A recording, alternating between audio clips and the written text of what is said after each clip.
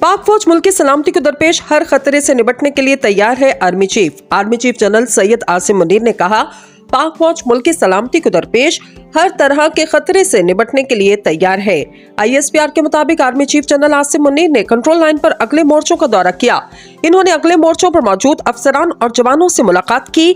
ISPR के मुताबिक core commander Rawalpindi ने कंट्रोल लाइन पर आर्मी चीफ का इस्तकबाल किया। आर्मी चीफ को कंट्रोल लाइन की सूरत हाल पर ब्रीफिंग दी गई। उन्हें लाइन ऑफ कंट्रोल पर तैनात फॉर्मेशंस की तैयारियों से आगाह किया गया। इस मौके पर army chief general Syed Asim Munir ने हिदायत की कि मुकामी आबादी से हर तरह का ताउन किया जाए, पुरअज़्म रहें और अपने फराइज से जज्बा और लगन से अंजाम दें।